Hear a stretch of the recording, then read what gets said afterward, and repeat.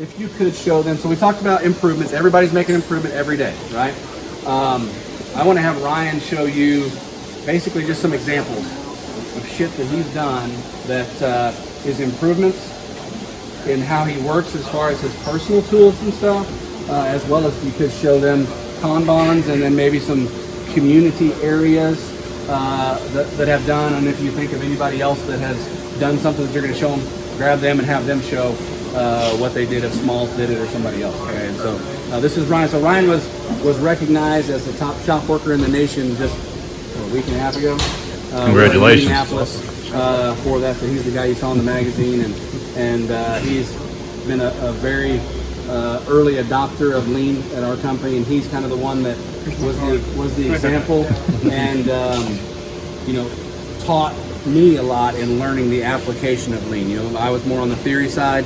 Ryan was able to apply it and have that discipline to get it done. And so he was kind of the one that encouraged a lot of people here, including myself, to keep doing it every day. He built it in, and he found out that this makes life a little bit easier, and so it's enjoyable and makes life more enjoyable. So he even does stuff at his home and stuff. How does this change your life? He could probably tell you about the stuff he learned here. He applies at home. Anyways, show him whatever you want to show him, Ryan. Yeah, so every day we get the first 45 minutes of the day to clean, improve, do anything we can do to make ourselves more efficient in our everyday job. So a lot of improvements I've done to my toolbox and some other areas around the shop, which I'll show you.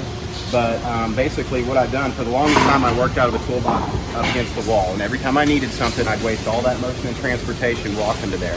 So basically I got this small box and just started figuring out what I was using 99% of the time.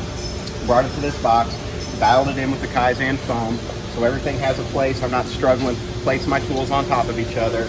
If something's missing, it's very visual, so I'm not losing losing tools in customers' cars, having to replace them, so it saves me money, and plus I'm not searching for them all the time. I've actually changed my box a little bit from my original video. I found that I was piling a lot of stuff on top of my tools, so I kind of cleaned this area up to have a place to kind of lay bolts and stuff as I'm assembling the car. But basically, everything has a place. These are all my favorite tools, the ones I use 99% of the time. I brought in a few sandpapers and things here that I find myself using all the time, so I'm not always going over to the supply cart. Tie wire, you're always holding back brake calipers or whatever, so I brought some to my cart so it has a place where it always is.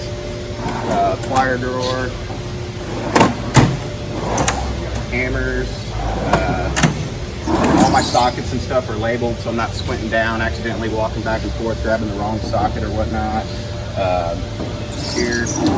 So this is not all the vice grips I have. I've just brought a few here that I use a lot. Otherwise, it just kind of be cluttered mess when you have all the tools of everything that you don't use all the time on your cart. So down here on the bottom, my air tools, I used to literally just pile them all on the bottom, and I'd be digging for my DA or my grinder or whatnot. So I kind of came up with this way here to organize them to where I know where they are. But this also, I noticed, helped you with the maintenance of them. So I was bad about not ever oiling my tool till it stopped working. So with this, I can take my tool oil over here on the side, put a drop in each one, it maintains it. I heard Casey talking to you guys about how we build kits to put the cars together, so there's no questions as to where the bolts or fasteners may be. So this is what I use to build the kits. If I'm x-raying a vehicle or vice versa, putting a car together, I'll lay things out so I can kind of see where they're going. Here's where I hang keys for cars that I'm working on. Trash can here, so body shops, typically dirty places, people are throwing sandpaper on the floor. This I put here instead of walking to the trash can or throwing it on the floor. I can put it here, go empty it once or twice a day, keep a cleaner work area and save myself a lot of steps. I got some towels and stuff here that I use a lot. So I got tired of bending down to pick the air hose up off the ground 20 million times. So I put a magnet right here so I can stick it here. I'm not wasting all that motion bending down and picking the air hose up. I used to set my drink on top of my tools, so I made a spot for my drink one day. I'm utilizing some of the room on the back of my cart. I got a few larger vice grips. I've left a lot of open area just in case I need to add something down the road. Here's some solvents and aerosols that I use a lot. I just brought them to myself, so I'm not always going to the supply cabinet to get them. We use a lot of clips and magnets and stuff like that. So our sandpaper we use is Hook It. Our blocks are Hook It, so we're using the opposite side of the Velcro. the whole blocks and interface pads in place. I do have all my blocks organized down there, and it's kind of a pain in the butt to bend down and get them each time. So when I'm using my blocks, while I'm straightening something, I actually hang them here, so I'm not bending down there every time.